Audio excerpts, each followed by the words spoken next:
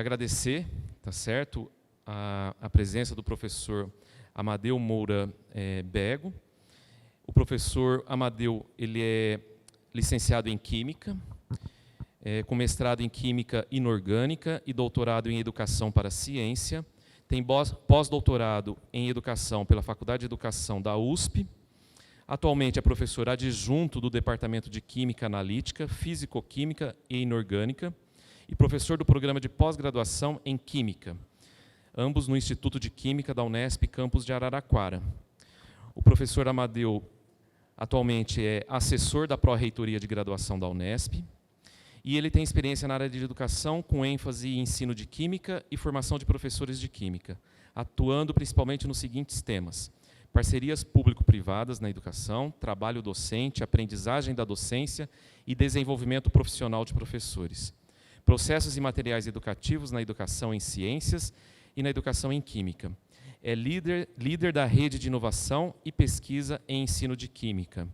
Muito obrigado, professor Amadeu, representando aqui a Pró-Reitoria de Graduação. A professora Célia, vocês viram na cerimônia de abertura, ela presidiu, a Pró-Reitora de Graduação, a cerimônia de abertura, e a Pró-Reitoria de Graduação é uma parceira e apoiadora fundamental da nossa coordenadoria, sobretudo aí nessa política de formação dos nossos docentes. Muito obrigado.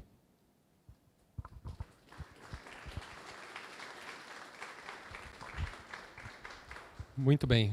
Bom dia a todas as pessoas aqui presentes. É uma satisfação enorme estar aqui, né, poder falar um pouquinho sobre o ensino de graduação e também dar alguns detalhes que a gente julga importante sobre a Pró-Reitoria de Graduação. Em nome da nossa Pró-Reitora, professora Célia, queria dar boas-vindas a todos os novos contratados. É uma satisfação enorme recebê-los. Vem somar para o time, né, que nós estávamos precisando muito, né, das novas contratações, e que a gente possa continuar construindo essa qualidade do ensino de graduação de todos os nossos cursos. Quando nós tivemos esse convite, né, nós pedimos a ajuda do professor Júlio, ele passou, né, uma missão para a gente, falar de valores e missão do ensino da Unesp, e também apresentar aspectos da Pró-Reitoria de Graduação, que é aquela que tem muitas relações com todas as unidades da Unesp. E aí, é uma satisfação enorme para a gente estar aqui também por conta da retomada desse tipo de atividade. Eu estava dizendo aqui com o professor Júlio que lá em 2013 eu consegui pegar um dos últimos cursos desses de recepção, ainda no antigo CENEP, e como que foi importante aquele acolhimento inicial para a nossa visão de universidade, esse acolhimento, e para que a gente pudesse dar continuidade nas atividades todas. Então, retomar aqui, agora com o CEDEP 3, né, e poder contribuir para a Prograde é bastante importante. Eu cheguei no momento exato da apresentação da professora Ana, porque eu cheguei no momento em que ela estava passando o vídeo. E olha só, eu até fiz questão de deixar aqui, né, ó, quando a gente vai falar da missão, né, dos valores do ensino na graduação, a primeira coisa que eu coloquei aqui na minha apresentação era aquele vídeo, que a gente considerou uma obra assim, sensacional, né, nessa gestão, e que reflete muito do que a gente tem trabalhado atualmente. Então, eu vou passar, mas para mostrar o alinhamento, né, do pensamento, das discussões, a sintonia. Quando a gente pensa na Unesp e quando a gente pensa na Pró-Reitoria de Graduação, a gente não pode perder de vista essa questão que vocês já devem ter ouvido falar bastante, que a Unesp tem essa vocação de ser uma universidade multicampus, e os números são sempre números muito grandes em termos de como que a gente consegue ter uma noção da dificuldade, da complexidade que é trabalhar, por exemplo, na gestão dessa universidade. Ao ponto que você tem aspectos extremamente importantes, como a sua multiplicidade, mas também você tem desafios muito grandes que é lidar com as singularidades das regiões, as singularidades das culturas acadêmicas locais e, ao mesmo tempo, a heterogeneidade da própria constituição dessas unidades. Unidades mais recentes, unidades que já são muito mais consolidadas do ponto de vista do tempo. Então, sempre que a gente pensa na Unesp, a gente tem que pensar em uma universidade que tem essa vocação multicampus e, ao mesmo tempo, uma universidade que é multifacetada e complexa. Muitas vezes, quando nós ficamos na nossa unidade, eu sou lá de Araraquara, a gente tem uma visão sobre o que é a Unesp e fica naquela sua realidade local. Quando a gente faz o movimento de vir para São Paulo na reitoria e começar a vislumbrar todas as dificuldades e as demandas heterogêneas e diferentes de cada um dos cursos, de cada uma das regiões, aí você começa a ter um movimento de entender o que é a nossa universidade. Então, acho que o grande desafio é como a gente lida com essa singularidade, mas também, ao mesmo tempo, como a gente aproveita essa multiplicidade de experiências e de culturas que a universidade como a Unesp pode oferecer. Falando sobre os números, 29 faculdades ou institutos, são 34 unidades, 24 cidades e agora 137 cursos. Nós tínhamos 136 até o início de 2022, com a curricularização da extensão, algumas reestruturações que aconteceram, nós temos agora 137 cursos de graduação. Então, a Prograde, em específico, a nossa pró-reitoria de graduação, tem que lidar com todas as demandas e dificuldades apresentadas por esses 137 cursos. E aí você, em termos de graduação, são mais de 30 mil estudantes. Falando um pouquinho sobre o nosso vestibular, e por que depois eu falo, por que citar a questão do vestibular, né? Esses aqui são os números, não agora do vestibular 2024, mas do vestibular 2023. Quase 100 mil candidatos, essas são as vagas ofertadas pela Unesp, essa daqui é a relação candidato-vaga, tem cursos mais concorridos, cursos menos concorridos. Essa é a divisão aqui das grandes áreas do conhecimento, as vagas que são oferecidas no diurno e as vagas que são oferecidas no noturno, até por conta de uma exigência da Constituição estadual, né, do nosso estado de São Paulo, que 1/3 de todos os cursos, de todas as vagas, melhor dizendo, oferecidas pela Unesp, elas têm que ser no período noturno. Essa é uma discussão bastante importante sobre o papel social da nossa universidade de manter cursos e vagas no período noturno, sobretudo para estudantes trabalhadores, terem acesso também a uma universidade de qualidade como é a Unesp. E muitas das vezes nas unidades, quando muitos de vocês já estão, né, vivenciando às vezes algumas tensões lá no departamento, no curso, na unidade, há às vezes movimentos de tentar reduzir o número de vagas no noturno por uma série de razões que as unidades apontam. Mas esse é um primeiro recado importante, é que é uma exigência constitucional e, inclusive, é parte da missão da Unesp, manter cursos no noturno para que os alunos trabalhadores possam ter acesso à nossa universidade de qualidade. Também falando sobre a questão de quais são os valores, qual é a missão da universidade, a gente não pode perder de vista que a Unesp tomou uma acertada decisão e veio construindo, desde 2013 até 2018, um sistema que pudesse ser mais inclusivo, e hoje todos os nossos cursos de graduação já atingem 50% das vagas ofertadas e pelo menos 50% preenchidas por estudantes oriundos de escolas públicas. E aí, dentre essa faixa, a gente tem uma cota especificamente para as pessoas pretas, pardas e indígenas. Bom, então, para não começar a falar da Prograde sem apresentar, então, essa questão da missão e dos valores, nós estamos com esse desafio e esses valores são valores importantes da Unesp. É uma universidade pública, é uma universidade múltipla e tem que ser uma universidade para todos. Os nossos desafios para lidar com essa multiplicidade, eles não podem ser um impeditivo de que essa universidade seja uma universidade cada vez mais para todos. Já demos muitos passos, mas ainda há muitas conquistas e muitos desafios a serem avançados. Então, toda vez que nós trabalhamos nos nossos cursos de graduação, nós iremos lidar com os nossos estudantes, que têm diferentes origens, diferentes culturas, diferentes modos de interagir com o mundo, e a Unesp precisa cada vez mais dar passos para que o ensino de graduação seja, de fato, um ensino equitativo, um ensino inclusivo, e que consiga acolher e, ao mesmo tempo, desenvolver excelência acadêmica com todos, né?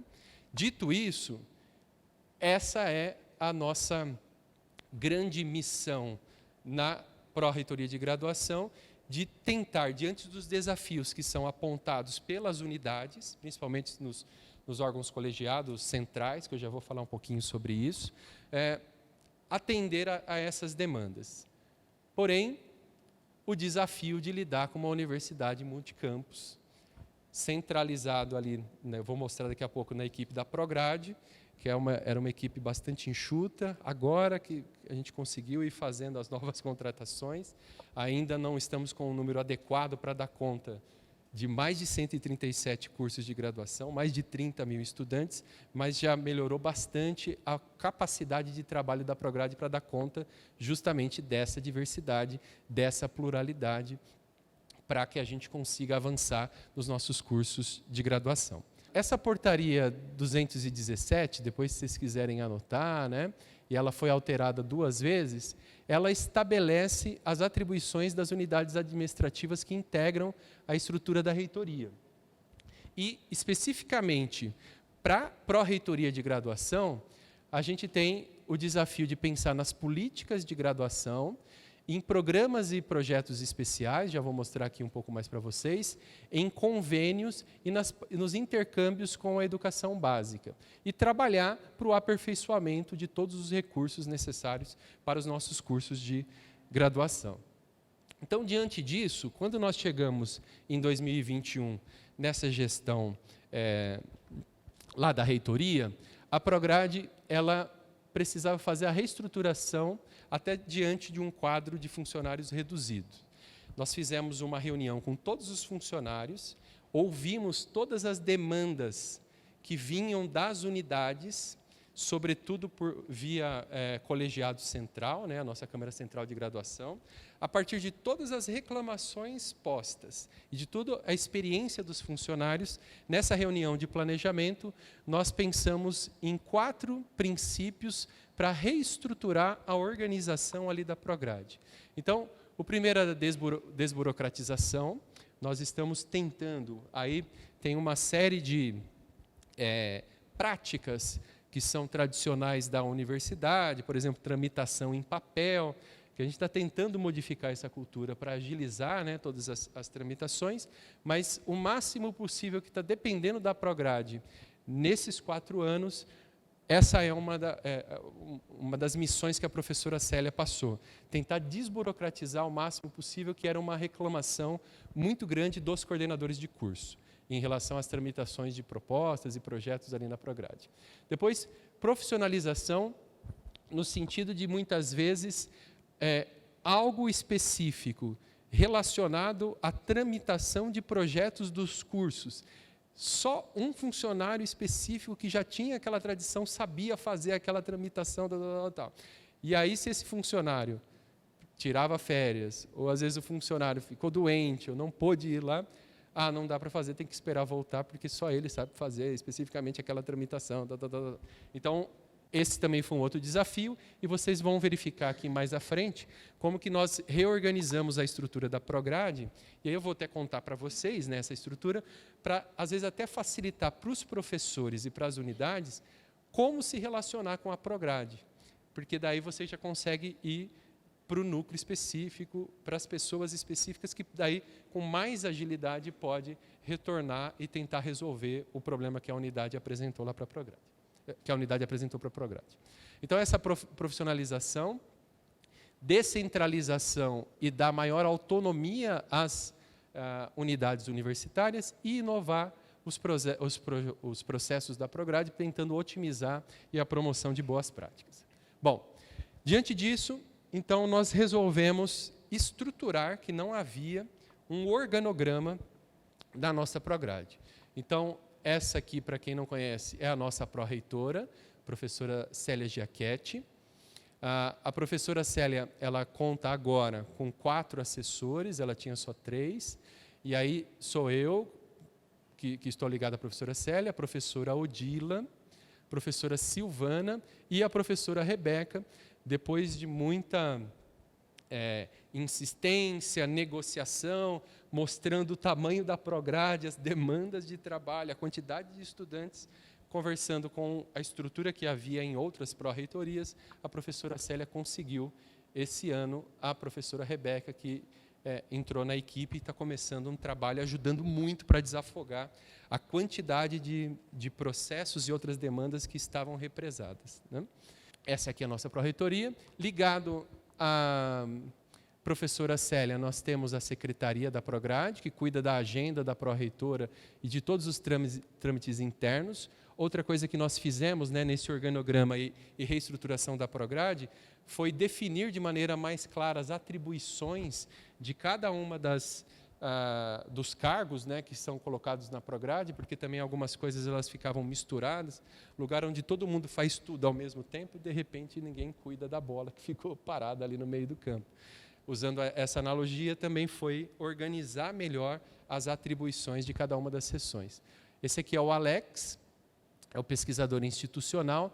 Tudo que vocês receberem de e-mail sobre o ENAD, sobre SISU, sobre outros tipos de dados que são necessários, é o Alex que cuida de toda essa interface com o MEC.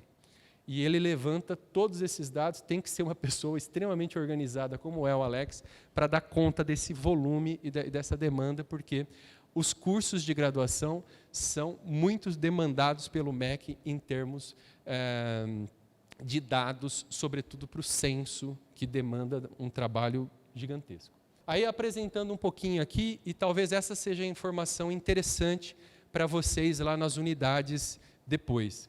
A partir daquela reunião que nós fizemos e da reestruturação da Prograde, com o organograma estruturado e as atribuições bem definidas, nós estruturamos núcleos de trabalho.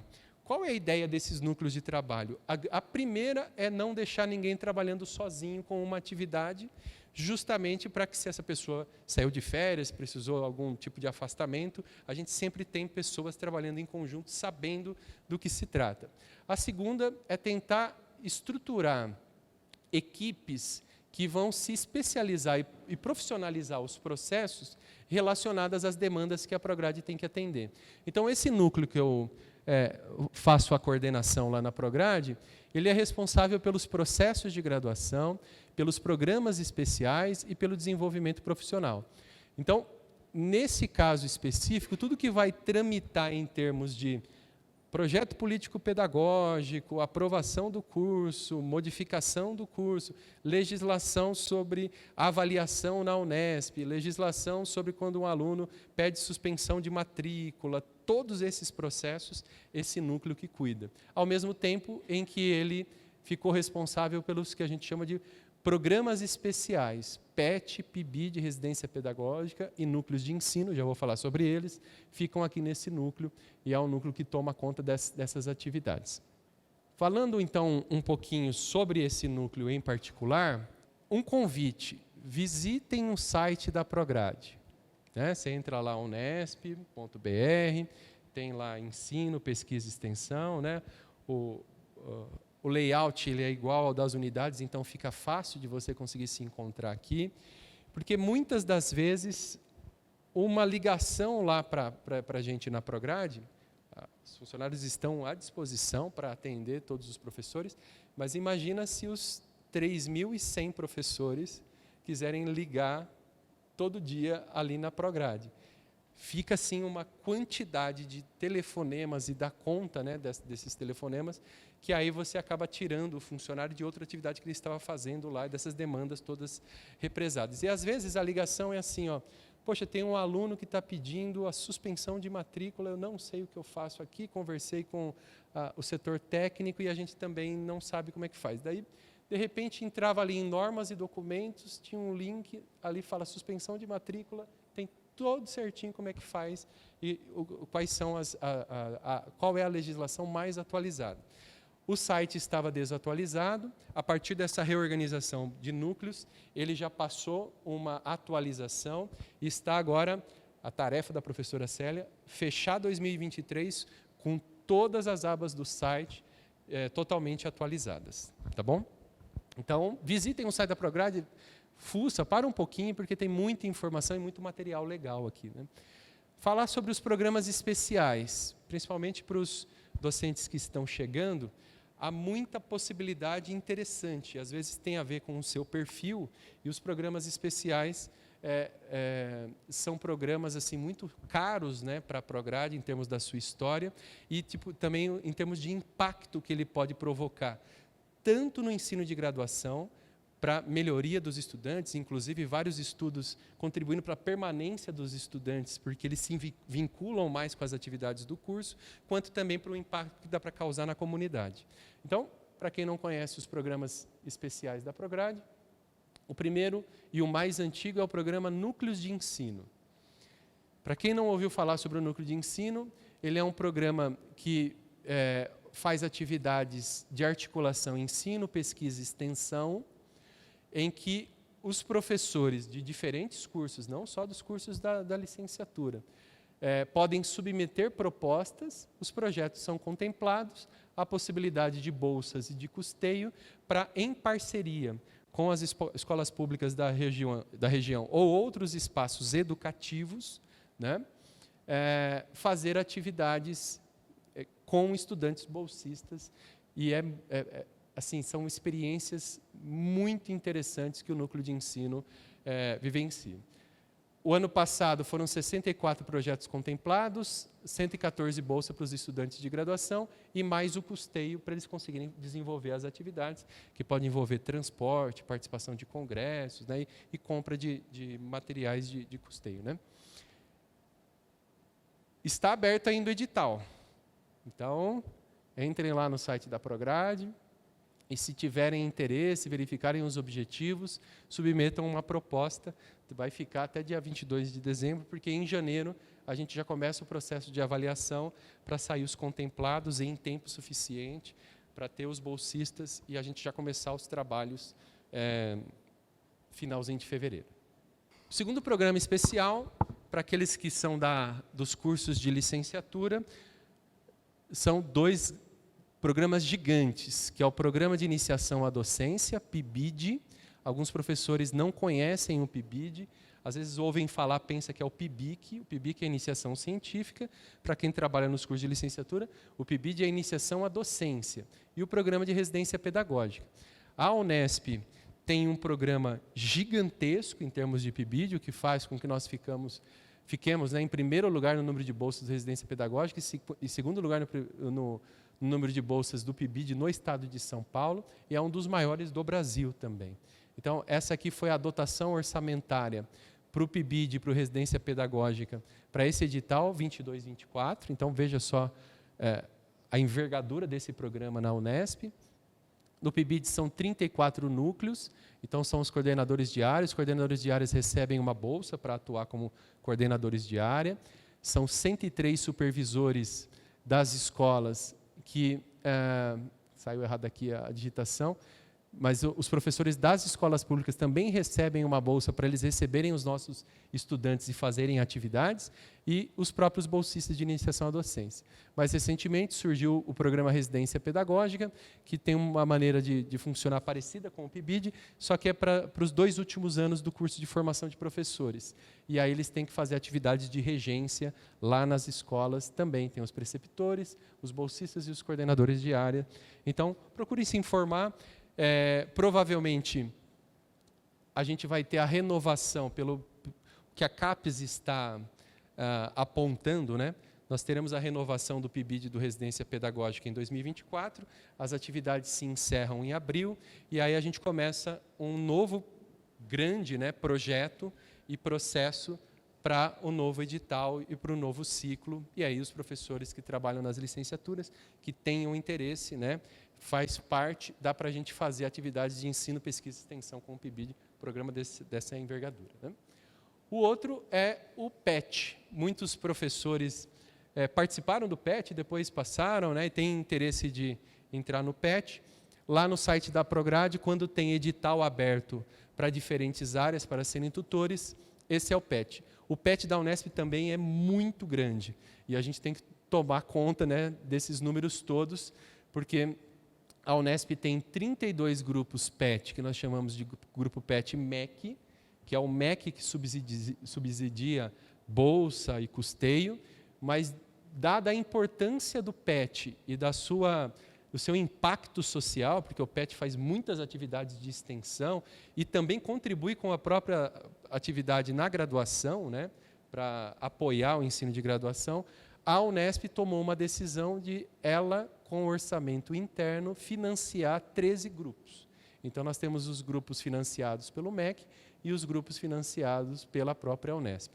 Devido ao tamanho do programa, a Unesp tem 13 tutores, 104 bolsistas, e do MEC, cada tutor pode orientar mais bolsistas do que da Unesp, mas a gente consegue manter um programa com essas características. Se interessarem pelo PET, também é um programa muito, muito, muito bacana para trabalhar com estudantes, fazer atividades de ensino, pesquisa e extensão. Tá? Bom, outra coisa que a Unesp tem, nós tivemos semana passada, ela organiza há mais de 30 anos esse Congresso Nacional de Formação de Professores. Foi aqui nesse mesmo hotel, não sei quem pôde participar, né? O Júlio estava aqui, né, semana passada, né, Júlio? E recebemos pessoas do Brasil inteiro para participar desse Congresso de Formação de Professores. É considerado um congresso da área o mais importante. Então, experiências relacionadas à formação de professores nos cursos de licenciatura, nas nossas graduações, podem ser divulgadas aqui, né, e congregadas nesse evento. Fizemos o seminário temático sobre as experiências e os desafios da pandemia, que foi uma demanda das unidades e da CCG, né, que é a Câmara Central de Graduação. Foi aqui também em Águas de Lindóia, né, em maio desse ano, e aqui foram levantadas várias demandas oriundas, né, que tiveram impacto da pandemia. Então, por que eu trouxe esse exemplo aqui?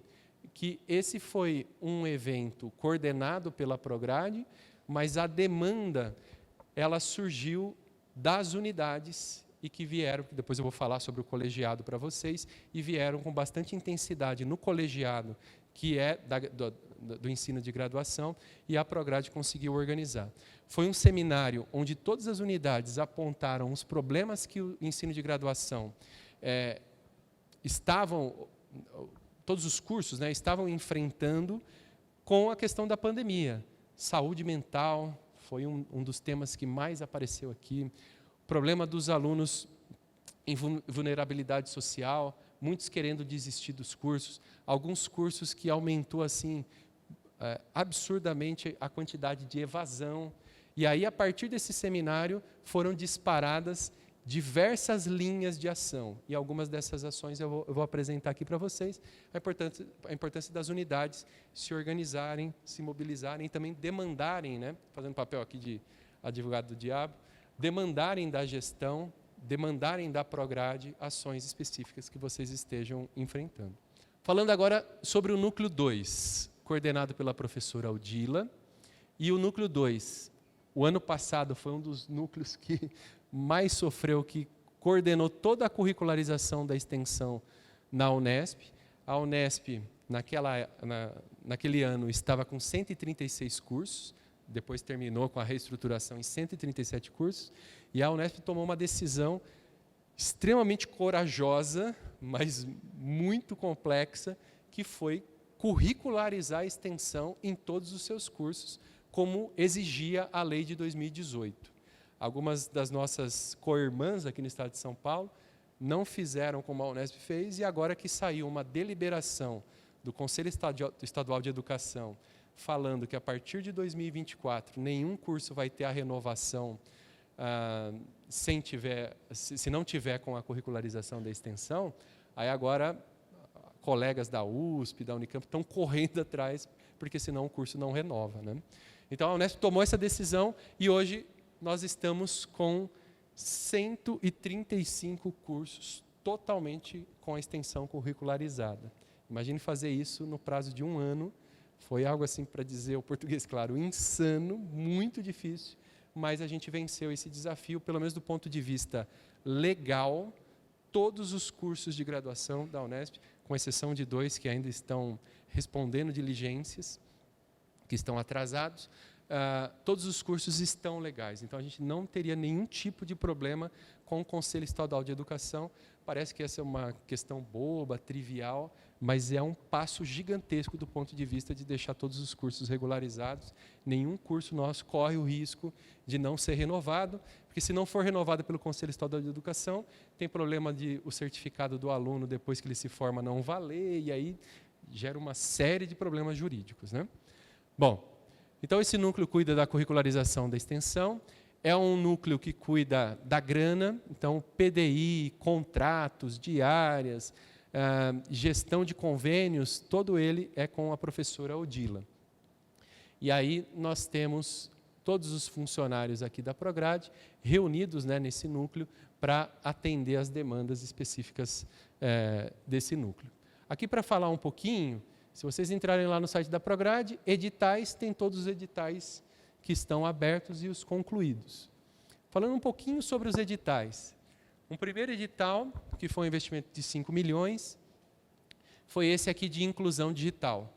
As unidades falaram, imagina, a gente pegou 2021, pandemia recrudescendo, e muitos estudantes não estavam conseguindo acompanhar porque não tinha acesso a computador.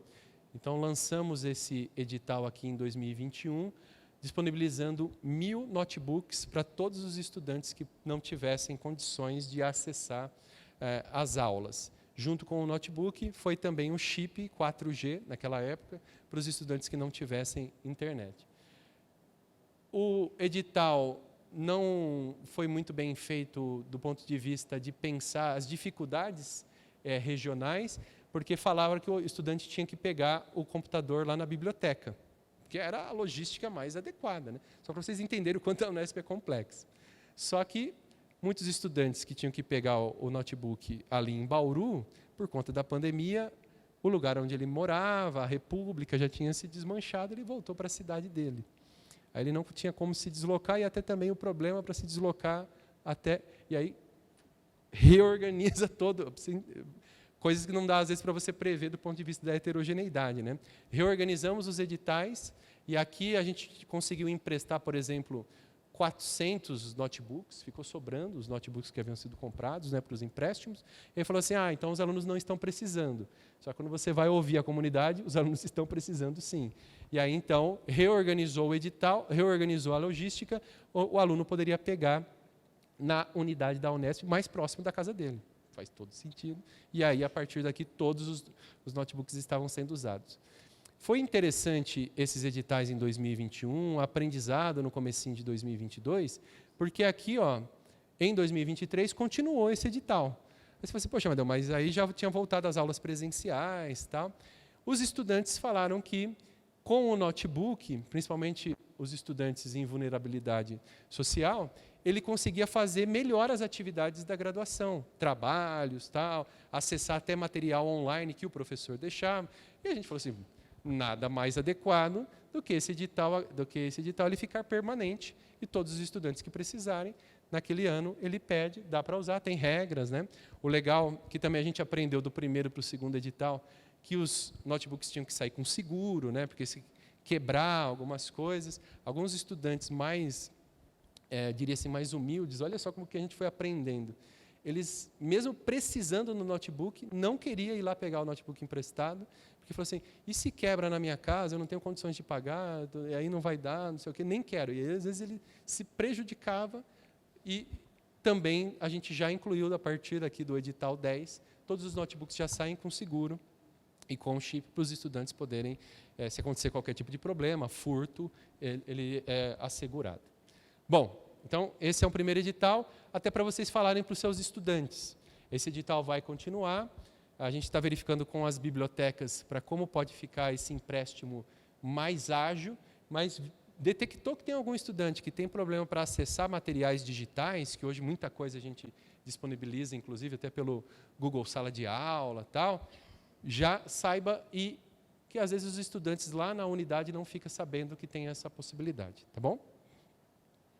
O segundo foi esse edital de auxílio aos estudantes, foi uma chamada do Unesp Presente, né, também uma chamada de acolhimento para os estudantes, que depois teve uma verba aportada, né, e dos 3 milhões iniciais, a segunda edição chegou a mais de 7 milhões e meio, onde esse edital específico eles até chamaram de auxílio, que era que muitos estudantes, para não dar o problema com a bolsa, né, porque o estudante não pode acumular bolsa, tal, então o auxílio ele pode entrar como uma complementação. E aí esse aqui foi especificamente para os alunos de graduação, que esses estudantes que começaram a trabalhar, e aí falaram assim, não vou voltar mais a estudar, porque agora eu tenho que me sustentar, tenho que continuar trabalhando. Então essa foi uma maneira de complementar a possibilidade de bolsa, e ao mesmo tempo, ao invés de só fornecer o auxílio, que é extremamente importante, tem que fornecer, mas também a ideia era vincular esse estudante com os professores e com o curso de graduação. Então, esse auxílio ao estudante, ele tinha que ter um professor orientador da graduação para que ele desenvolvesse alguma atividade durante todo o período de pandemia, além das bolsas que ele poderia receber da COP, que eu acho que ouviram falar da COP, ele tinha esse auxílio da graduação para desenvolver trabalho juntos com os professores. Edital que tinha há um tempo atrás e que ele tinha sido descontinuado e nós retomamos agora é esse aqui de auxílio acadêmico. Esse edital de auxílio acadêmico, ele foi feito primeiro pela Prograde, depois a ProPG entrou como parceira esse ano, tem uma verba de até R$600 para os estudantes de graduação que desenvolvem atividades de pesquisa ligado a qualquer tipo de programa, para que eles possam participar de eventos. Então, também uma outra informação bacana, se vocês tiverem estudantes da graduação que às vezes não vai para um congresso, não apresentam um trabalho porque não tem condições de ir até o evento. Esse aqui é o edital de intercâmbio, já foi uma parceria Arex, Prograde e COP, né, para os estudantes poderem fazer intercâmbio ainda durante a graduação. É uma outra oportunidade bem legal para vocês falarem para os estudantes do curso de graduação que vocês estiverem atuando. Esse aqui foi um edital que foi organizado justamente por aquela atividade demandada das unidades. Falaram que alguns cursos estavam reduzindo muito a procura, a evasão aumentando e não tinha muitos candidatos se inscrevendo para prestar o vestibular daquele curso. E um dos aspectos é que, às vezes, o curso é pouco conhecido, a unidade é pouco conhecida na região. Então, esse edital aqui, ele disponibilizava um valor para cada um dos cursos para fazer ações de divulgação, desde pagamento de valor de transporte para poder ir nas escolas, para participar de atividades, até produção de vídeos.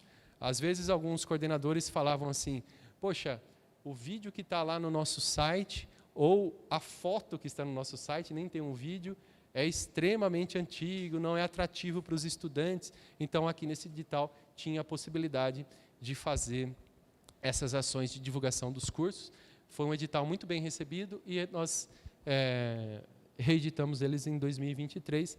Então, quem está chegando agora, né, está com novas ideias, com uma nova maneira de pensar o ensino de graduação, a inovação, às vezes percebe que o curso está enfrentando algum tipo de problema desse de baixa procura, tentem participar desses editais, tragam novas ideias. Com certeza a gente pode oxigenar, né, a forma como a gente divulga e interage com a comunidade. Esse aqui foi o de acessibilidade digital, quase 5 milhões, e eu trouxe esse também para falar para vocês da importância desse edital. Muitas unidades compraram equipamentos digitais e recursos de tecnologias assistivas para estudantes com deficiência.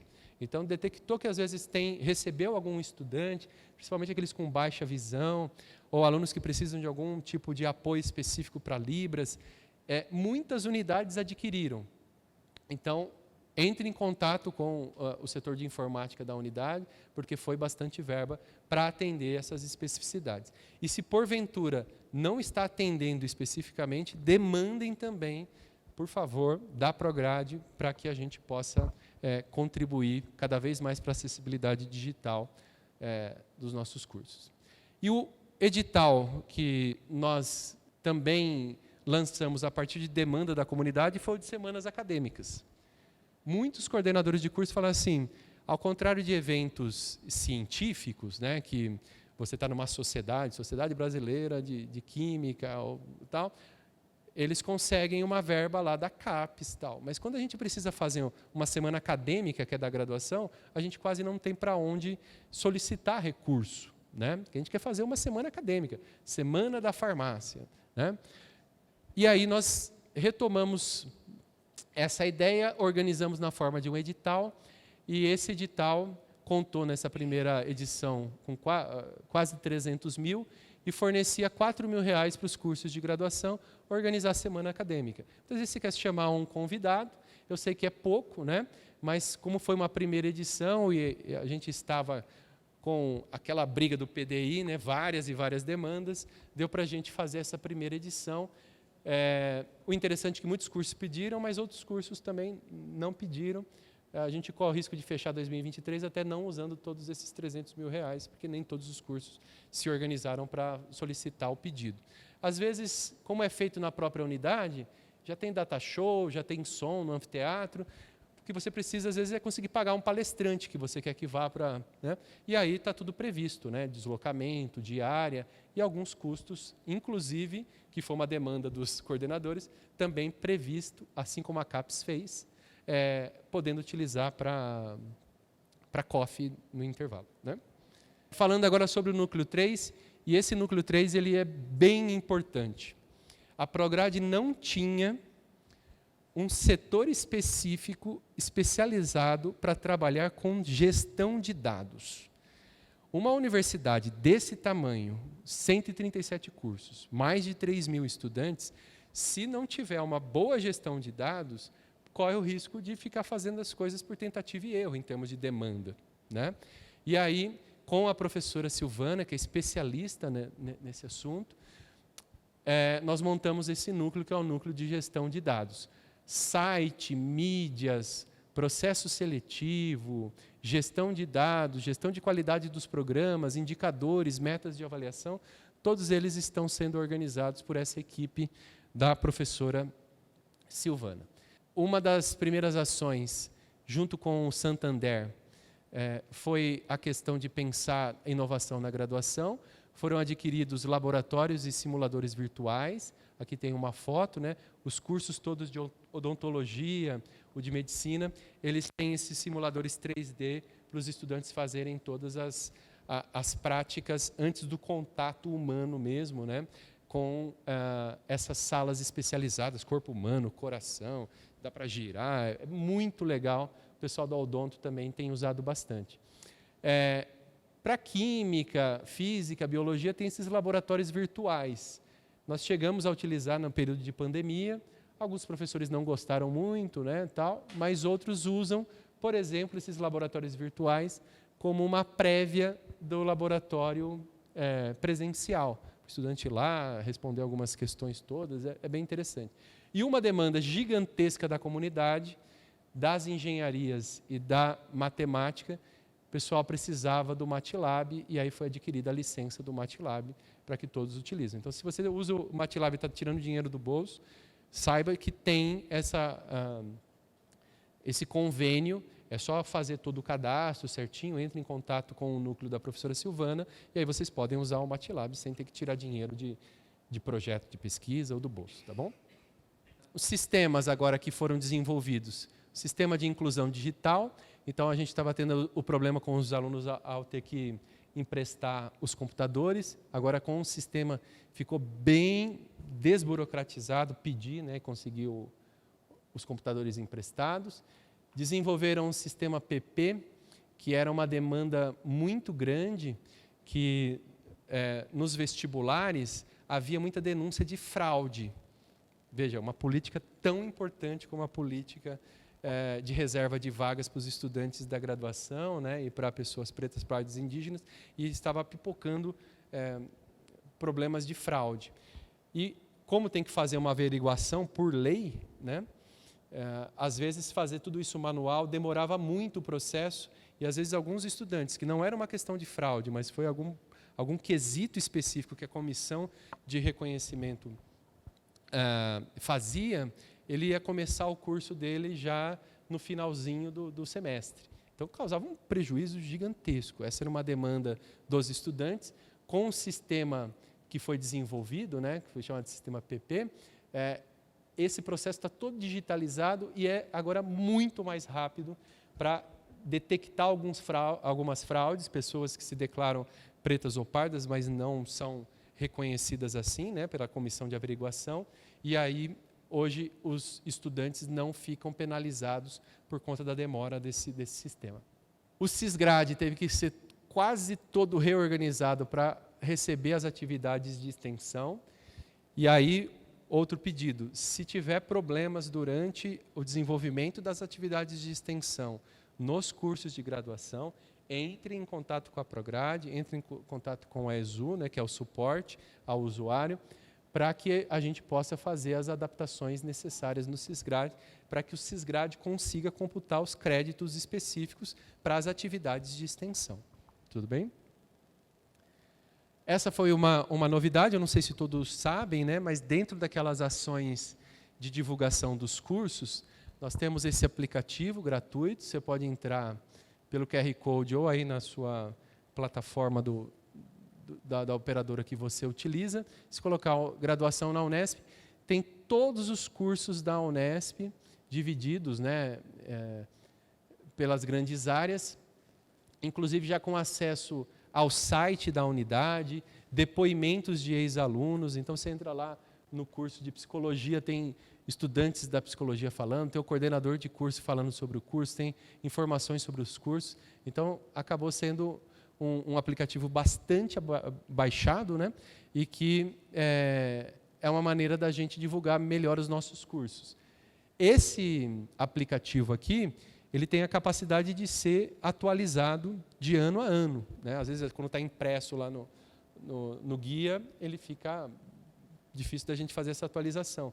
Então, depois entre lá no curso de vocês, dá uma olhada, vê se as informações estão todas atualizadas, se o vídeo que está lá é um vídeo bacana ou não, e aí dá para fazer as solicitações e a atualização desse aplicativo, e ajudem a divulgar ali na região, para que o curso de vocês tenha mais conhecimento na região.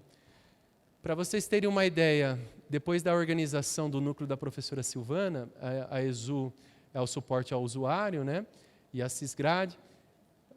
Essa aqui foi o número consolidado de 2022 do número de atendimentos a coordenadores de curso sobre toda a questão dos sistemas da Unesp, do Sisgrade.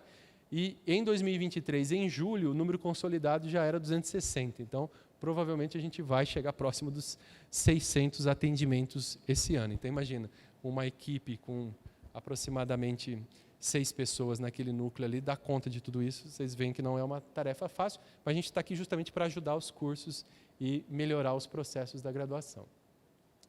Esse núcleo de dados, eles usaram o Power BI. Essa é uma outra informação importante, né, para todos vocês. Pela primeira vez, a Pró-Reitoria de Graduação tem uma equipe de gestão de dados, junto com o escritório de gestão de dados da reitoria, para tratar dados e ter dados estatisticamente confiáveis para falar sobre os cursos de graduação. Então, às vezes, se vocês já estiverem participando do conselho de curso e querem, de repente, ter uma série histórica da evasão do curso de vocês, ou querem ter uma série histórica sobre os ingressantes, relação candidato-vaga, tal, para vocês pensarem localmente como resolver os problemas do curso de graduação, demandar desse núcleo, de repente, informações, o núcleo pode dar todo esse suporte para vocês em termos desses dados, para que as ações locais sejam mais bem acertadas. Bom, aqui outras demandas, né, que esse núcleo está trabalhando com, por exemplo, o mapa da diversidade. Então, imagina a gente conseguir todos esses dados dos estudantes de graduação, por etnia, por gênero, por todos os indicadores que você pode pensar. Então, tem gerado também todos esses dados, inclusive para, em parceria com a COP, atuar de uma maneira mais efetiva. Esse núcleo também está pensando no vestibular, como modernizar ou como otimizar o vestibular da Unesp. E só para contar para vocês, se vocês já devem ter ouvido falar, né, a partir de um grupo de trabalho e da demanda que veio da Secretaria de Educação do Estado de São Paulo, foi levantado todos os dados dos nossos cursos de graduação e a Prograde veio construindo uma solução para como a Unesp iria participar desse vestibular paulista seriado. Ele foi aprovado como um vestibular paulista seriado, mas aí depois o governo do estado resolveu chamar de Provão Paulista, né? E não ficou o nome que a gente tinha organizado. Mas o interessante, a partir desse estudo aqui da Prograde, nós conseguimos participar do vestibular paulista seriado sem alterar a dinâmica de sucesso da política de reserva de vagas. Então, os estudantes das escolas públicas, eles entram na nossa política de reserva de vagas para não tirar vagas dos estudantes que são reservados para essas cotas. E aí, nós fizemos todo um estudo lá com o BI para reservar uma porcentagem específica das vagas dos estudantes que são da rede pública do Estado de São Paulo para alguns cursos da Unesp. E o interessante é que depois desses números aqui, a partir das estatísticas que o grupo de trabalho produziu, também foi valorizada a entrada justamente em cursos que têm mais baixa procura e que seria interessante que esses cursos fossem preenchidos as vagas ociosas, né? Então tem toda uma dinâmica e uma lógica aqui do que foi aprovado. Outra novidade no vestibular 2023, e foi o primeiro, e no vestibular 2024, a Unesp foi pioneira, né? Foi a primeira a fazer o vestibular com tradução para Libras, não só com a ajuda de intérpretes, mas a questão toda ela já é traduzida em Libras. Em 2023 aconteceu, em 2024, agora a ideia é sempre ter o vestibular traduzido em Libras para os estudantes que precisem. Falando aqui também dos dados, da organização, a Unesp subiu, né, em número de cursos considerados 5 estrelas. Então, junto com o USP e o Unicamp, nós temos aí a maior quantidade de cursos considerados cursos de 5 estrelas. Uma coisa que a gente descobriu é que, às vezes, essa avaliação tem muitos critérios que são definidos. A despeito da discussão que existe sobre rankings ou não, né? Às vezes, alguns cursos não atingiam a nota máxima, não porque esse curso não era um curso que já desenvolvia uma série de atividades com qualidade a partir dos critérios fixados, mas é porque não tinham os dados todos organizados para preencher as planilhas e enviar para esses cursos. Então, a atividade do núcleo da professora Silvana também foi muito importante para a Unesp subir de, me engano, acho que era de 49 para 57 cursos 5 estrelas, né? Também aumenta a visibilidade dos nossos cursos e da nossa instituição. Eu gostaria de reforçar um pedido que foi específico da nossa pró-reitora. Passei essa apresentação com ela ontem, e aí a gente encerrar ali naqueles dados finais, até falar que a Unesp subiu, né, o número de cursos 5 estrelas, mas ela falou assim: Amadeu, eu quero que você passe essa última mensagem importante para principalmente os novos docentes que estarão lá no evento, que é o seguinte. Então, veja, os desafios de uma universidade multicampus, múltipla, plural, bastante heterogênea, com várias diferenças, e na Prograde você tem que tentar dar conta de tudo. O que a professora Célia colocou para passar essa mensagem final é: nós construímos uma universidade colegiada. Então, esse é o organograma aqui, né, o Conselho Universitário, o órgão, considerando assim, o mais importante no organograma, a reitoria, tem o CEP, tem o CAD, depois nós temos as pró-reitorias, as outras coordenadorias, o CEDEP3 já está aqui, né? Bom, a Prograde, para ela desenvolver as atividades que ela desenvolve, ela tem que se relacionar com um colegiado específico dela, né, que a professora Célia, como pró-reitora, é presidente, que é a Câmara Central de Graduação, a CCG. Então, todas as demandas de graduação, elas chegam na CCG. Então, ali é o órgão colegiado central que, em tese, reúne todas as demandas e a diversidade e os problemas das unidades para serem apresentados, debatidos, normatizados e orientar a ação da Prograde. Então, muitas das vezes das coisas que a Prograde demanda das unidades, não foi nem assim, a Prograde que está pedindo isso, foi uma demanda, né, votada e aprovada na CCG. Então, muitas vezes nós chegamos na universidade e falamos assim, não vou me envolver de jeito nenhum com órgão colegiado, não quero nem saber, vou passar longe disso porque eu quero fazer minha atividade de pesquisa, não quero ter dor de cabeça. Porém, nós gostaríamos de reforçar a importância dos colegiados e dos colegiados centrais. Então, eu sei que quando a gente entrou, tem um período probatório, tem que desenvolver um monte de coisa, estabelecer grupo de pesquisa, laboratórios e tal, mas mantenham, né, no horizonte que a universidade democrática, com esses espaços de decisão, a qualidade das decisões que são tomadas vem da qualidade das pessoas que compõem e quero dizer assim, melhor assim, qualidade do envolvimento das pessoas que compõem esses colegiados centrais, né?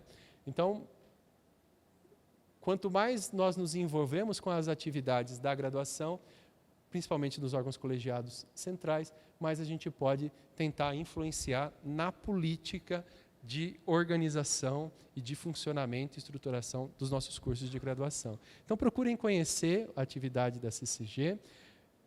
Nós temos 2 comissões específicas que se conectam à Prograde, que é a Comissão Permanente dos Cursos de Licenciatura.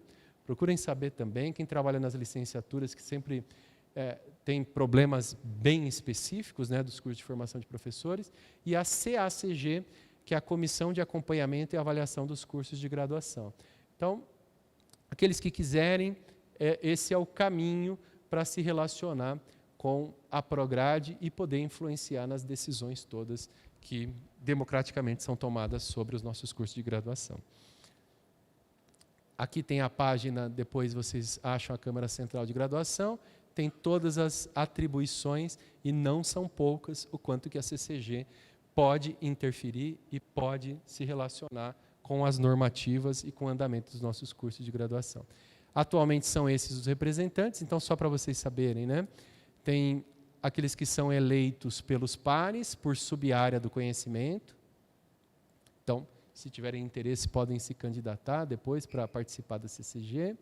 Tem aqueles que são representantes dos coordenadores de curso, nas 3 grandes áreas, representantes dos técnicos administrativos, e a gente ficou um tempo sem, mas conseguimos depois que os estudantes se candidatassem, e nós temos representantes discentes também. E aí, recado final, e aí eu prometo que eu paro de falar agora. A professora Célia falou para não deixar de passar esta mensagem. A Prograde, ela vai se relacionar basicamente com os coordenadores de curso e com a comissão de ensino. Se bem que a comissão de ensino ela fica muito mais conectada à congregação.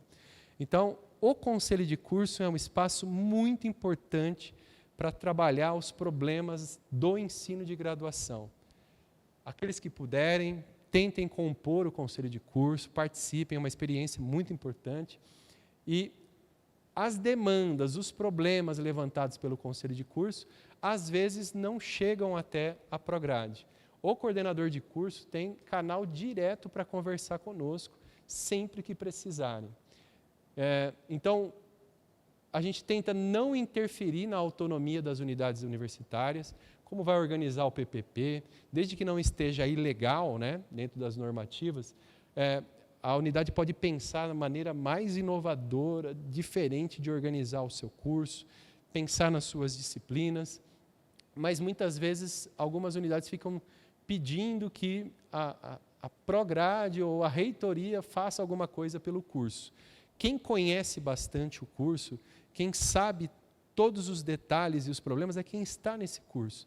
Então, quanto mais vocês se organizarem, levantarem os problemas, aí podem demandar, mas não ficar esperando, de repente, soluções verticalizadas, que geralmente elas não são bem desenhadas para o problema que o curso está pensando, o que não isenta a Prograde de ter uma política específica para os cursos de graduação. Novos docentes, conheçam o projeto político-pedagógico do seu curso, teve uma atividade sobre isso aqui, né, Ju? Muitos professores entram para dar aula no curso, nunca viu o que é esse documento, nem sabe onde está esse documento. Lá tem todos os princípios e as diretrizes que organizam o seu curso, até porque se você estiver reclamando de alguma coisa do curso, em termos de estrutura, se ele está muito inchado, se ele está com problemas na sequência das disciplinas, é o PPP, o documento que reifica uma determinada concepção de educação que aquela unidade pensou. Então, visitem o projeto político-pedagógico, visitem o plano de ensino da disciplina de vocês, e aqui a nossa assistência técnica pediu para dar esse recado para vocês. O plano de ensino é um plano do professor, que tem que ser aprovado depois pelo departamento, né, e pelo conselho de curso, e ele não só pode, como deve ser revisitado. Muita gente fala assim, o plano de ensino é um documento que já foi aprovado, eu tenho que seguir ele como se fosse uma receita inamovível. Não. O plano de ensino ele pode ser revisitado, inclusive, anualmente. O que não pode alterar do plano de ensino? A ementa, os créditos e o nome da disciplina, pelas regras todas que estão fixadas atualmente. Não mexeu nesses pontos, quer modificar, claro que tem uma legislação específica que tem que ler, né? E aí as sessões de graduações podem, mas atualizar o conteúdo programático, desde que não fira a ementa, atualizar a bibliografia, trazer uma bibliografia mais plural, né? Menos eurocentrada e tudo mais, fiquem à vontade, desde que vocês também modifiquem, submetam ao departamento e aprovem no conselho de curso, porque também às vezes o professor vai lá e muda sozinho, pensando que o plano de ensino é algo que ele faz independente do curso como um todo. Então, essa aqui é o organograma da unidade, participem bastante do conselho de curso, e a gente, na Prograde, está completamente à disposição de vocês, devido à imensidão, né, da Unesp. A gente só consegue se relacionar de maneira mais direta com o canal direto com os coordenadores de curso, mas tudo que vocês precisarem, a gente fica à disposição daquilo que é possível, tá bom? Então, para aqueles que estão chegando, sejam muito bem-vindos, né, muito bem-vindos à Unesp. Que precisarem da Prograde, nós tentaremos atender na medida da nossa perna e da nossa possibilidade. Muito obrigado.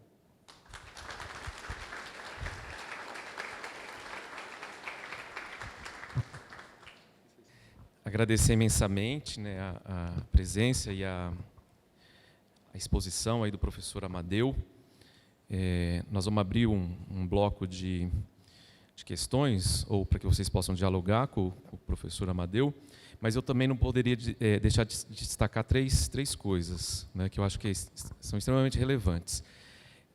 Quando nós adentramos a sala de aula ou o laboratório didático, a gente tem que pensar quanta coisa é feita e foi feita, né, para que aquilo ali estivesse acontecendo, né, desde do vestibular ou das outras formas de ingresso dos nossos alunos de graduação, todo o acompanhamento e normatização dos nossos cursos junto aos órgãos reguladores, como o Conselho Estadual, a inscrição dos nossos cursos no ENAD, o acompanhamento, a alimentação dos dados dos nossos cursos no censo do ensino superior, ou seja, é um trabalho gigantesco, né? Então a gente tem que lembrar todo momento. Você mostrou aqui, eu acompanhei esse processo, também como diretor de unidade, essa reorganização administrativa, né, essa reorganização da Prograde, ela foi fundamental, né, para que trouxesse mais eficiência, eficácia aos processos, né, às tramitações, mas também, hoje nós temos uma Prograde mais acolhedora, tá certo? Então, assim, leve esse recado também, né, para a pró-reitora. Hoje nós temos uma pró-reitora que acolhe, que escuta, tá certo? Os seus assessores também acolhem e escutam, e toda a assistência técnica. Acho que isso é fundamental. E a terceira questão, antes de abrir aí o bloco de interlocução, professor Amadeu, eu não poderia destacar, eu acho que é extremamente relevante, né, que nós estamos aqui num ciclo para novos docentes. O professor Amadeu, além de ser um exímio pesquisador, né, e competente cientista, né, há menos de 10 anos ele era um novo docente, tá certo? Então hoje é um professor que tem inclusive um prêmio nacional, ele não disse isso, né, não estava no currículo, mas ele tem um prêmio nacional em sua área de atuação, que é o ensino de química, né, um prêmio que consagrou um trabalho que o professor desenvolveu e desenvolve sobre inovação do ensino de química e do ensino de ciências, e um competente assessor da pró-reitoria. Então, eu gostaria de destacar isso, porque quem está chegando hoje, né, pode imaginar, já imaginou eu em 2030, né, como um dos principais assessores de uma pró-reitoria da envergadura da Prograde. Tá? Então, eu gostaria de ter destacado isso. Tá bom? Então, um bloco de 3 questões ou 3 intervenções para dialogar com o professor Amadeu. Olá, professor Amadeu. Eu sou André Amarante, da Faculdade de Engenharia e Ciências do Campo de Guaratinguetá. E, primeiramente, parabéns pela palestra.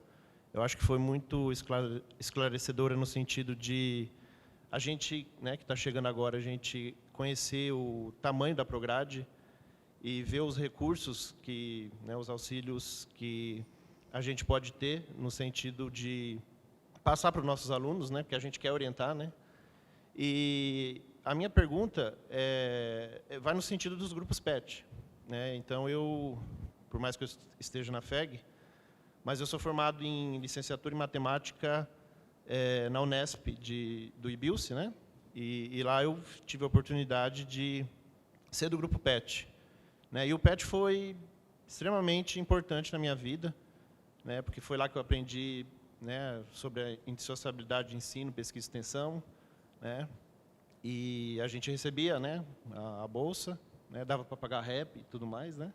Então, eu queria saber, eu fiquei surpreso porque eu não sabia que a Unesp tinha criado também grupos PET, né, nas unidades.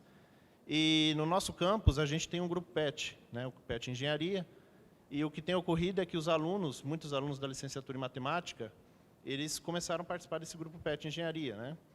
E acredito que parece que não tinha possibilidade deles serem bolsistas também, algo assim. Parece que agora abriram. E minha pergunta é se existe essa possibilidade de criação de novos grupos PETs pela Unesp em outros campos, como funciona isso? Seria mais ou menos isso, porque eu lembro que lá no IBILSE a gente tinha um PET Matemática, que eu fazia parte, tinha um PET Biologia, né? E só queria saber como funcionaria esse tipo de coisa. Tá bom? Obrigado.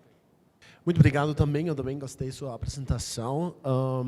Então, essas informações sobre todos os recursos que está disponível, né? Eu provavelmente já ouvi outros pontos, né? Mas sempre é importante para reforçar esses conhecimentos, né? E bastante essas coisas foi importante para saber, também para trazer para os alunos nessas oportunidades, né?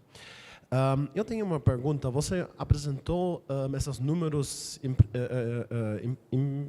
importantes, né? O número de vagas e os números de candidatos no vestibular. Mas você tem o número quando dos estudantes que vão falar passa primeira vez nos primeiros lugares do vestibular realmente aceita a vaga, ou até quanto número de vaga de candidato entra finalmente no curso em Unesp? Obrigado, professor Amadeu. Meu nome é Otaviano, sou do Instituto de Ciência e Engenharia de Itapeva.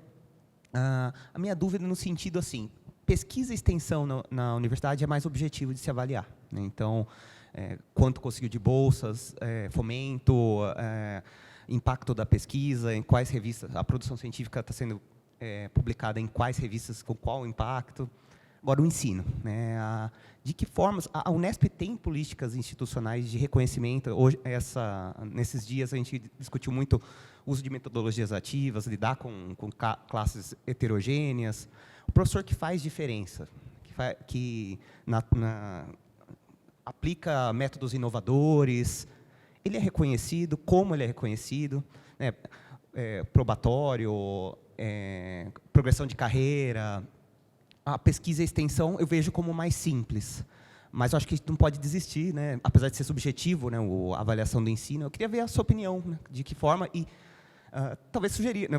Você mesmo recebeu um prêmio pela educação, né, em química, pelo ensino em química, né? Talvez a gente poder ter políticas de reconhecimento, né, aqui na nossa universidade. Eu queria saber a sua opinião. Perfeito. Então, essas três, né? Então, a primeira é do PET. Duas notícias sobre o PET. E aí são duas boas notícias, né? A primeira, nós tivemos uma reunião lá com o Fundo Nacional de Desenvolvimento da Educação, né, o FNDE, que é quem financia, é a parte do MEC responsável pelos grupos PET. E eles estão já com a previsão de um edital para o ano que vem para a abertura de novos grupos.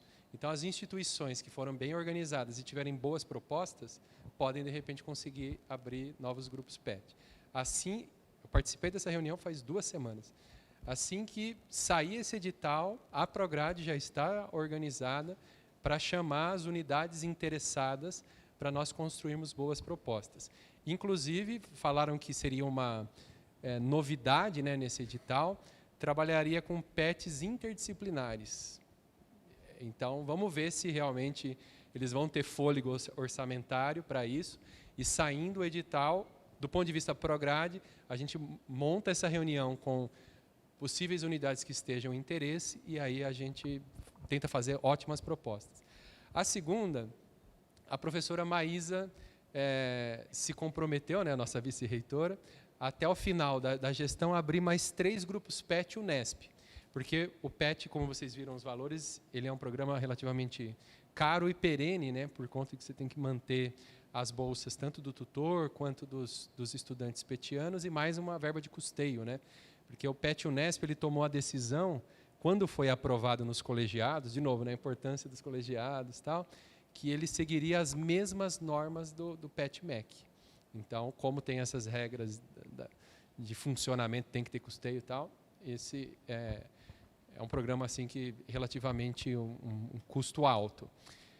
Colocamos, está na mão da professora Maísa, ela já estava fazendo todo o movimento para a abertura de outros 3 grupos PET Unesp, e aí ela pediu um estudo, e nós fizemos um mapa de onde, como está distribuído, assim, né? Onde esses grupos estão distribuídos na Unesp.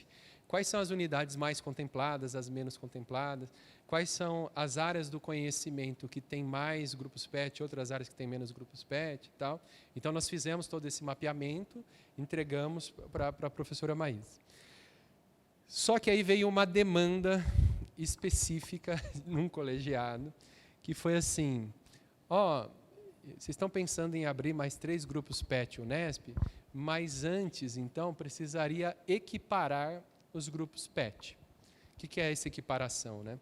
Por conta do tamanho e do custo, para a Unesp conseguir ter 13 grupos PET, em um momento histórico, aí não vou falar específico, porque é outra gestão, né, para não ter problemas éticos sobre essa decisão, foi que o grupo PET Unesp ele não teria 12 bolsistas como tem o grupo PET MEC. As regras são as mesmas, mas aí o quantitativo ele caiu para 8. E aí a bolsa do tutor ele é proporcional a tutorar 8 estudantes do que tutorar 12 estudantes. E aí esses integrantes do PET Unesp, das 13, se organizaram, fizeram um documento e falaram assim, bom, antes de abrir, seria então interessante equiparar a quantidade de bolsistas, inclusive o valor da bolsa. Aí quando você coloca tudo isso numa planilha e vê quantos milhões fica, em termos até de uma política perene, porque depois você não vai ficar fechando o grupo PET, né? Nem faz sentido abrir para depois ter que fechar. Aí isso tem um impacto orçamentário específico. E agora a negociação, o PDI, ela está em andamento para verificar o que nós temos para esse momento histórico fôlego de fazer. Ou já abre esses 3 grupos PET e se organiza para fazer essa equiparação, porque perdeu no momento histórico, ou equipara já, organiza bem a casa em termos de grupo PET e depois tem uma política de expansão. Mas também, vindo essa notícia de aberturas de novos grupos financiados pelo MEC 100%, aí acho que vai ficar mais fácil para fazer essa negociação. Mas, para 2024, as notícias são boas para o PET, porque o PET realmente é um programa muito bem visto pela Prograde. A professora Célia, assim como os outros programas especiais, tem plena consciência de como impacta na graduação, tem vários depoimentos e alguns indicadores de como esse aluno ele se fixa no curso, e o PET faz com que ele se envolva, que um grupo, bom, se foi petiano, você sabe como que é, né? O grupo, para daí diminuir aspectos de evasão, por conta do aluno não se envolver muito com o grupo, né, com o coletivo, mas também o quanto o PET influencia na graduação mesmo, né? Porque faz atividades extras com os estudantes, faz atividades que eles chamam de apoio ao ingressante, dia da sobrevivência, para entender o que é o Cisgrade, onde ficar, tal. É bem legal, né, as ações. Então, vamos ver. Se tiver, a Prograde já está toda estruturada em termos do nosso grupo, núcleo número 1, para atender essa demanda, se o MEC abrir realmente. Tá bom? Sobre os dados, o grupo da professora Silvana, justamente esse grupo, criou um grupo de trabalho, né, no núcleo da professora Silvana, que eles estão analisando, inclusive, a questão de atratividade dos cursos, né, fluxo e evasão. Porque você pode só pensar na evasão e aí tal. Mas como que é o fluxo desse estudante? Às vezes também ele entra, mas fica 10 anos para se formar. Quais são os fatores que estão envolvendo?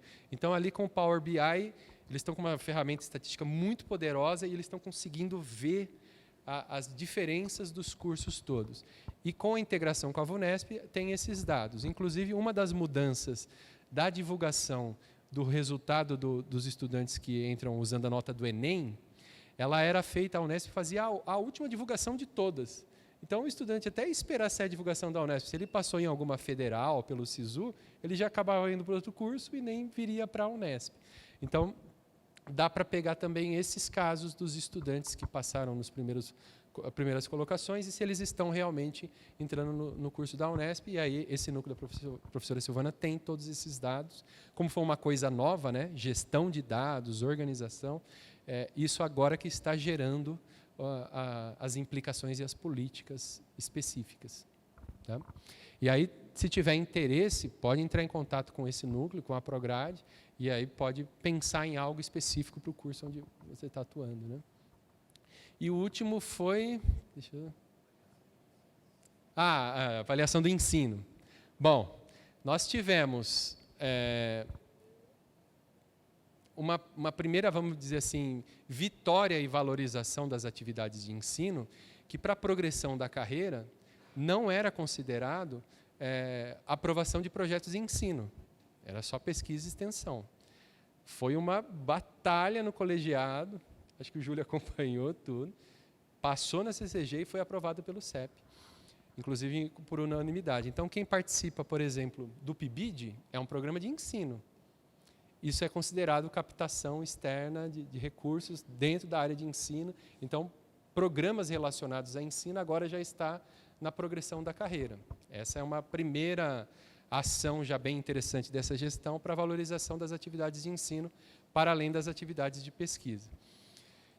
Avaliar o ensino, como é uma dimensão muito mais complexa e multifacetada, é difícil a gente ter alguns indicadores objetivos, como na pesquisa às vezes você consegue ter, né? Então, o que é um professor exitoso, né? Aquele que não tem reprovação na disciplina dele? Então, mas aí não ter reprovação, o que isso significa? Então, as discussões são todas muito mais complexas, né? Uma das questões que ficaram paradas, né, durante a pandemia e que voltou agora, inclusive foi alvo da última reunião da CCG, é que a Unesp já foi aprovada uma avaliação de disciplina, avaliação docente, né, em que ela é uma avaliação, inclusive, bipartite. O docente faz uma avaliação da turma, porque às vezes também o professor, com aquela turma específica, aconteceu algum problema e aquele ano foi atípico, assim. Então, tem a avaliação da turma pelo professor e aí tem a avaliação dos estudantes em relação à atuação do professor. Esses dados, e aí agora vem um desafio que eu vou conversar com todos vocês, eles podem subsidiar, primeiro, o conselho de curso para resolver alguns problemas que a gente sabe que acontecem nos cursos com algumas disciplinas em específico, né? Às vezes alto grau de reprovação, ou coisa, sei lá. Esses dados também consolidados, ele pode começar a disparar uma série de ações que possam impactar em valorização também dessa dimensão ensino em outros aspectos da carreira docente. Qual o grande problema? Legalmente, a gente passou na assessoria jurídica, a gente não pode condicionar o preenchimento da avaliação à matrícula do estudante no Sisgrade. Foi a ideia que surgiu lá na CCG. Porque daí os estudantes fazem. Legalmente você não pode. O estudante passou no vestibular, ele passou na disciplina, ele pode fazer a matrícula dele normalmente. E aí qual é o grande problema? A gente tem, assim, em média, né, de todos os cursos da Unesp, um preenchimento que gira em torno de 15%. E aí você não tem um dado que é minimamente representativo. Média 15%. Tem alguns cursos que fazem um trabalho de conscientização, é maior, tem outros que quase nenhum estudante avalia, preenche ali a folhinha, alguns acabam boicotando, coisas do tipo. Então, é uma discussão a ser feita, foi aprovado no órgão colegiado central, tem um questionário, esse questionário foi alvo de muitas discussões, então é um instrumento, todo instrumento de avaliação tem os seus problemas, mas foi o melhor instrumento produzido naquele momento e está aprovado. E aí ficou suspenso durante o período de pandemia e agora vai retornar a partir de 2024, tem que fazer a avaliação. O que a gente precisaria agora como fazer, inclusive já fica uma demanda para a Prograde, né, junto aos coordenadores, que os estudantes levem a sério essa avaliação e que eles participem, porque aí dá para a gente ter dados mais confiáveis e já é um primeiro movimento de talvez detectar aspectos problemáticos num curso de graduação que o conselho de curso e a congregação pode atuar e também, de repente, detectar em que medida isso pode gerar algum tipo de evidência sobre casos exitosos, que pode ter uma política, algum prêmio, alguma coisa assim, como tem, por exemplo, na área, lá na ProPG, né, no SIC tem prêmios específicos para destaques, tá? Pode ser um caminho. Mas obrigado pela pergunta. Agradecer mais uma vez a oportunidade de receber aqui. Acho que é uma fala institucional, mas também uma fala importante para o entendimento aí da nossa atuação docente. Tá? Muito obrigado, tá, professor Amadeu, pela presença.